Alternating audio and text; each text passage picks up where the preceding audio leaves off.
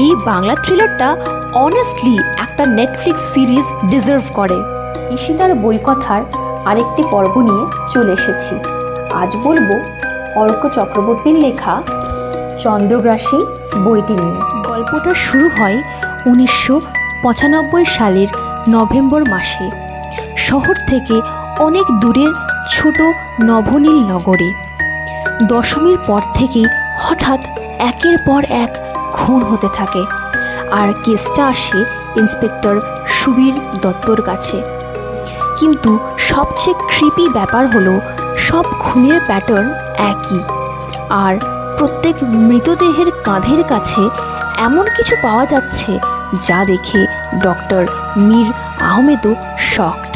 এর মাঝেই আবার ফিরে আসে বহু বছর আগের এই নবনীল নগরের পলাতক বাসিন্দার নাম।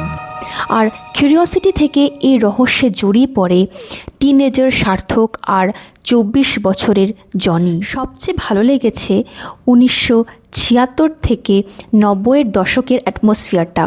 পড়তে পড়তে মনে হচ্ছিল আমি যেন সেই সময়টার মধ্যেই আছি।